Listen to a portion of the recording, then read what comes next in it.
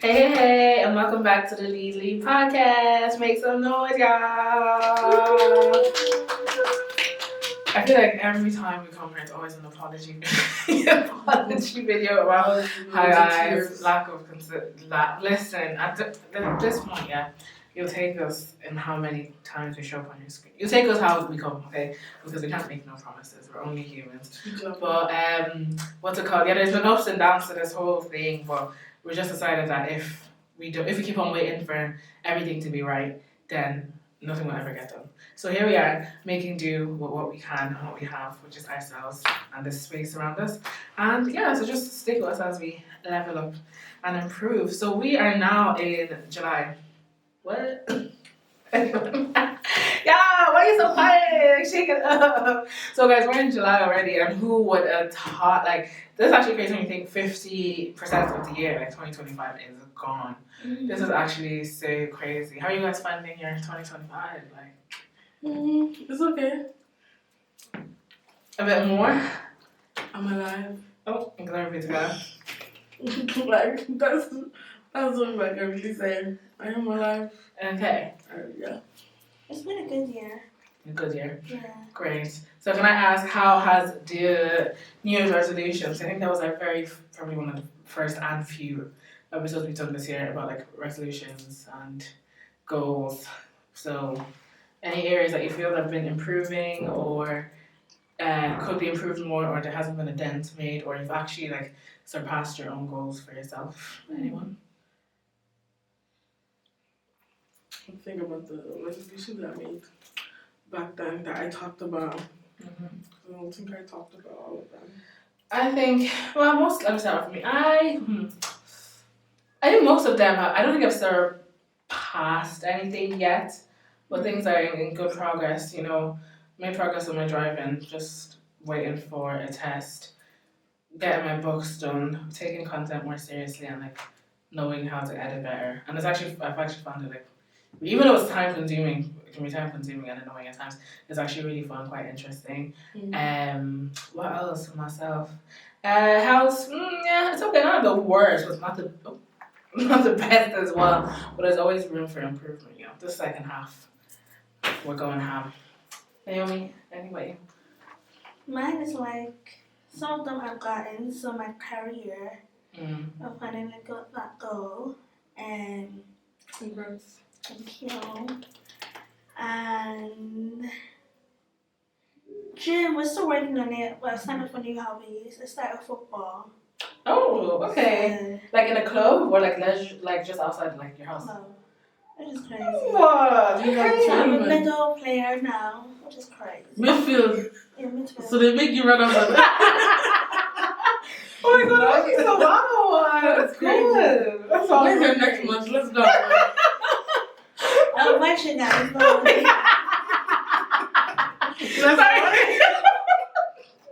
Sorry. No, I'm actually just like, wow. Football, like, oh. I would have said goalie though. Really? Yeah. For Naomi. Nah. Because I don't think you run. I didn't think you run. Me too. But playing this season, Did you have to do like a tryout then they put you from midfield? I've been practicing, so I've gone. Oh, yeah, you've been saying. Is it in a beginner class or like just a mixed skills? It's a mix. Oh wow, go here. That's actually very, very good. And it's just a girls' team or a mixed Girls. That's crazy. Come on. Now we were. Are they gonna do matches soon, or have you started doing matches like opposing teams? Not yet. So we're starting soon though. We're having a tournament. I think next month. Oh wow, That's so good. That's actually so good. Congrats. I'm so happy. Wow. It's a good thing. Imagine they put her in the league now. This is a hater. I'm not. No, it's just took me by surprise. Like wow. Because I know the last part she was doing was swimming. And she was going well with that. But then I was just doing like a complete like 180 to football, like very different. But still. So you dribble and all that. Yo, are you gonna pay for the sports church thing? No, you have to now. You have to. Why? What do you mean why? So what is this? What is this for? Like, see skill, you're not using it to lift the people. Don't worry, I'll tell you. Okay, I'll do it, don't worry. Are you not gonna come and support me? Yes, no. Come on, son. Go Naomi, go Naomi. Yeah! Run that feet. That's very good, congrats. Is it my turn? Yeah. Okay, based on the resolutions that I talked about at the start of the year, plus I don't know why you're laughing. This is, as I said, hater energy. Okay. What's the first thing I said? I said, Finish your postcard. I'm still working. I have a job. Give God all the glory, I'm doing the adoration. And then I finished my postgrad, so that was good. I'll graduate soon. And then, okay, what else? Savings is good. I've gotten into the habit of it, but I also think it's because now that I'm not paying for my postgrad anymore, I have more disposable income. So there's a whole like balance there that I'm not really like touching. But yeah, I've gotten into the habit of it. Hopefully by the start of next year, let me not say the end of this year, but by the start of next year, I'll reach my savings goal. And then what else? Weight. It's fluctuating. I've gotten habits, I've developed good habits and stuff, which is good for me. But like it's just there, if that makes sense. I know what I'm doing. Hopefully you guys will see it in the next 6 months. Definitely. And then what else? Content wise, I think my content has been really good. I reached a target I really, really wanted to reach around the start of the year anyway. So we thank God for that because I was in a limbo for the longest time. But thank God for that. What else? I've gotten my content style that I like, and that works for me. So we give God all the glory for that. And yeah, I have so much stuff mainly for the end of the year. So yeah, I think I'm doing well so far. Just need God to hold my hand while we continue the rest of the year. That's it. Any struggles or anything during past year that we faced so far, ladies? Anything that we've had to overcome, or we're still in the process of overcoming? This year? Yeah, this year. Because like about 6 months, like a lot can happen in a month. That's like half a year. I'm trying to think. Something that I struggled with. Something that's hard. See, my issue is, I forget things, and I don't know why I forget things. But I feel like the issue, when something is like urgent at that time, it's everything I think about. Then once I overcome that struggle, I forget. Do you get me? So that's why I'm like, maybe I don't know I have a particular thing for your question, but like I have to think about that because I have to recover those old memories of when I was struggling. But thank God I'm not struggling. Well, in that struggle stage again. Amen. Don't want to know me anything. Trying to think. A few things actually. I'll say my health. Getting fitness back. It was a struggle. But I feel like I've gone in the rhythm and my body's kind of adjusting to things stretch. And I say another struggle I had was, I don't know want to talk about this. Up to you. But I'll say like, I had to go through a form of therapy, basically. Because apparently your girl has daddy issues. I have daddy issues. It's a universal thing. Even y'all do. I said we all do. No, I said we all do. Sorry. She has a present daddy, guys. Some of us can keep talking. But anyways, therapy is not meant to be ashamed. Yeah, I've been through therapy. I know all for. Yeah. Yeah. How are you finding it? It's good. Like I didn't know I had daddy issues. How did you figure? Okay. Girl, how did you figure? What did someone tell you that a certain situation have to happen, or you were just like, okay, actually, this isn't? Or how did you get into therapy? Was it a self-realization, or someone told you, I think you need to get into therapy or something? That's the same question I just asked. Yeah, but I wanted to be vague. Not that your question is very specific. Yeah, that's what. So I'll say I found out based on number one, I'm very self-aware to a certain extent. So basically a situation happened and then someone got involved and I didn't like the person's reaction. So I said, oh, okay. I told the person that was also involved. Mhm. I'm like, this person reacted like so and so. What's going on? And from that situation, I was like, I am not doing this particular thing again. Like, I was like, nope, I'm not doing it. I'm like, nope. And then they were like, the way I reacted was what made them realize, okay, you have an issue. And it's a hard pill to take. It is. Yeah, But it's the truth. Like, I had to go home and think about it. I'm like, yeah. okay, Naomi, this is not normal behavior. Did you crash out in front of them, or was it the thing that you had to like deep when you got home? It was a case of why would you allow someone to take you out of where God has called you? Mm-hmm. Yeah. So that was the issue. Okay. Yeah. And she said that based on that, it seems that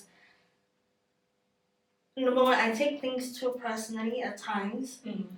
It's either the extreme. I take things too personally, or I take things like I'm so nonchalant. Yeah. So it's either one of those. And it's not supposed to be like that. At times you need to have that balance. Mm-hmm. Now, whatever you need to do, let's say you're called to do business, and let's say you're doing content creation, just because someone now says something mean to you, does not mean you're supposed to stop. Yeah. Yeah. My reaction was to stop. Yeah. Okay. And that's not. So you're taking in what other people are saying, like Yeah. you're taking in bad feedback basically. Well, not bad feedback, but like unwarranted feedback. Yeah, because I feel like I wasn't validated in that certain area, so I was like, I'd rather just stop. Yeah, I get you. But in reality, it shouldn't be like that. Yeah, you should because- still continue. Yeah. I think it's avoidance kind of thingy. Attachment of all those things Styles and all they be that. putting on you people, bruh. You be finding just there. Anyway. But yeah. That's How about good. you? That's good. I'm trying to think. Oh, there actually was a situation earlier in the year that happened. Within one of my friend groups, and it was just the whole thing. Cause you know when like you get that feeling, and one thing about me, yeah, it is so hard for me to lose my appetite, y'all. Once I lose my appetite, you all know something is wrong. So, but in that moment, I wasn't eating because I was working when like the whole situation happened. But then I was like, okay, oh damn, like you ever think that okay, these people who are close to me would actually something like this would ever happen to that extent, and it did, and it did make things a bit weird. But like I'm grateful that like we're the kind of friends that like we'll communicate, even if the communication won't be pretty at the start. And even after a while, when like things were said, I had to like go and talk to like another friend of mine and be like, okay, I think I'm still holding in feelings, or there's this not trust it. There's this word you're holding something within it. Grudge, yeah. There's this, there's this flip word. I'll find it. You're still holding like you're still holding onto it in some ways, and I had to like I was self-aware about that, thankfully, thank God, thank Holy Spirit. And I went to one of my close friends, I was like, okay, I think I'm actually still, and then we were able to talk it out, and then I was able to talk it out within the friend group that happened, and everything was fine then. But I think that usually that's one of the things in this generation that we're so quick to do. Once something happens, we're so quick to cut off people. I talk about this. We're so quick to cut off people. We're so quick to not make sacrifices. That's why community is such, or lack of community is such a big thing in our generation, I feel. Because things are going to happen with people you don't want. You're going to have to go out of your way. But that's because you love the person. They're like your brother, they're your sister, they're your friends. Like, you're going to have to make sacrifices at times. Communication isn't going to be pretty. It's not going to, you don't want to do it. You have to even force yourself to do sometimes. But for the good of the group, and for the group of yourself, and your mental health, and your peace, and your sanity, things are going to have to be done. So that's another topic in the day. I think, let me add to that, sorry, continue. I think the reason why people act like that is that sometimes they don't want to hear what's wrong with themselves. Yeah. Okay? Because a lot of times, even if someone else did you bad, they might, even if someone hurt you, okay, they might think you hurt them in a particular way. That's why you guys need to fall out or you cut them off or whatever instance. So when it's now time for you to communicate, okay, you're not like, I don't want them to say stuff about me, or I feel like, or you know yourself, you're a bad friend, and you don't want to hear that you're a bad friend. So you decide to cut yourself out of that scenario. But then my issue is, you now go on the internet and complain that you're friendless. Now go everywhere and complain that no one talks to you, no one does this. You've been in the comment section of the Shade Borough complaining about every single thing. Like, your internet now becomes your bed. Sorry. No, don't look at me. I'm taking This is a topic that annoys me because 99% of the time it is self-inflicted, okay? Because you don't want to take the time to nurture your friendships. Do you get me? That's why all these lazy friendships and stuff don't really work. How do you feel about that low maintenance? Okay, do you guys think low maintenance friends is that a thing? Yes, it is. But remember we've talked about I said it don't. remember we've talked about before that there's certain people for everything in life. Yeah. That's different. No, I understand that. Yeah. Like I had this exact conversation with my friend yesterday. I'm the kind of person, I'm a low maintenance kind of friend. Like I cannot talk to you every day. It annoys me. Like I don't know how people do it. Like understanding there's times and seasons where I need to be there for you, and that's a whole different case. Yeah. But let's say every day in the year I have to talk to you. It's just not gonna work for me. And if you have that expectation, me and you can never be friends. See, my thing with that is your definition of low maintenance is correct. You can have that type of friendship, Yeah. But when maintenance needs to happen, there should be the ability to have maintenance of that friendship. Do you get what I'm saying? Even within the low ones. What about maintenance? Where you guys need to have a discussion on your friendship, or like, I don't like the way you do certain things. I don't like the way you hurt me. You need to communicate. Do you get me? For me, maintenance is the ability to, how do you say? Like step back, repair. Step back and look at what's going on in that friendship. Yeah. Do you get me? Now, low maintenance friendship, as what she said, is you don't have to talk every day, but when we see each other, it's fine. Yeah. Because the maintenance, the actual, foundation of that friendship is strong. Do you get me? Yeah. But when it's now no maintenance, in the sense that like there's no maintenance happening. If somebody does something wrong, the other person's holding a grudge. If someone does other person. Not really a friend. You're not like It's imagine not a friend though. at the start of that you were friends originally. Then it becomes to a point where you're now thinking behind that person, but like, I really like this person. Or when they call, or when something happens, like, oh, I don't want to talk to them because I'm going to feel a certain thing. Naomi. Sorry. I know, we know that's not your friend, but for a lot of people, that's your friend. Guys, do you get what I'm saying? If your friend can hold grudges against you, No, that's not a friend, sorry. And they cannot communicate it to you, then that's not your friend. It's just that simple. Like sometimes they don't know. Like in my, it's not that I was. It's not like you know you're holding grudges. If that's what you're trying to say, it's not like in my head I have a note of this person did so. But when it comes to a point where it's like, okay, I'm gonna cut them off because they're always like this. You held a grudge. Yeah. Do you get what I'm saying? But that's what I mean. That's what I'm talking about. Like when you get to a stage where you just cut them off because of all the bottled up emotions that happened before, all the bottled up grudges that you held before. That's what I mean. That's why your friendship was low maintenance, because you didn't maintain that friendship in the first place. Do you get what I'm trying to say? But I think there's two angles to like the maintenance aspect. Like what you said, is completely valid, because there's some friendships where all my friendships whatever. But at least with your friendships, you still find, when you find time to talk. When you do you get me? You're still maintaining that friendship somehow. Yeah. Do you get what I'm saying? But if you decide not to, or where I had a discussion with a friend today, and her other friend is having issues with her other friend. There's a whole tumble of friendships. And it's like, when she was telling me all the stuff that was happening, I'm like, why do we do this to ourselves? Like, why do we hold on to friendships that don't mean anything?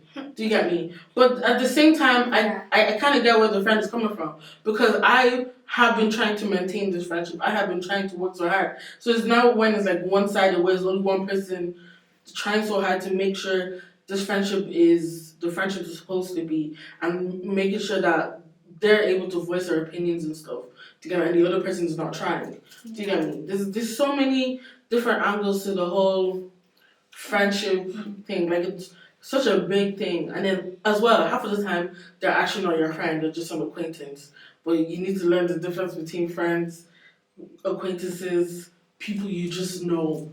Do you get me? Yeah. I agree. I agree. I'm not gonna say too much, but I agree. To a certain degree. I agree. What's the Where did I say anything? That's what we're here to tell us.